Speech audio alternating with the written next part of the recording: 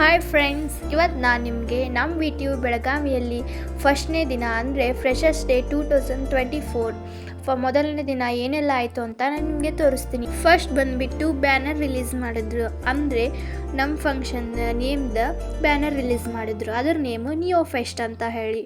ನೋಡಿ ಫ್ರೆಂಡ್ಸ್, ನಾನು ನಿಮ್ಗೆ ತೋರಿಸ್ತಾ ಇದ್ದೀನಲ್ಲ, ಫುಲ್ಲು ಜೋಶಿತ್ತು. ಎಷ್ಟು ಜೋಶಿತ್ತಪ್ಪ ಅಂದ್ರೆ ಅಷ್ಟು ಕೂಗಾಟಗಳು ಕೇಳಿಸ್ತಾ ಇತ್ತು. ನೀವು ಬ್ಯಾನರ್ ರಿಲೀಸ್ ಆದ ತಕ್ಷಣವೇ ಎಲ್ಲರೂ ಆಡಿಟೋರಿಯಂ ಒಳಗೆ ಹೋಗ್ತಾ ಇದ್ದೀವಿ. ನೋಡಿ ಫ್ರೆಂಡ್ಸ್, ಹೋದ ತಕ್ಷಣವೇ ದೀಪ ಬೆಳಗಿಸುವ ಮೂಲಕ ಪ್ರೋಗ್ರಾಮ್ ಸ್ಟಾರ್ಟ್ ಆಯಿತು. ನೋಡಿ ಫ್ರೆಂಡ್ಸ್,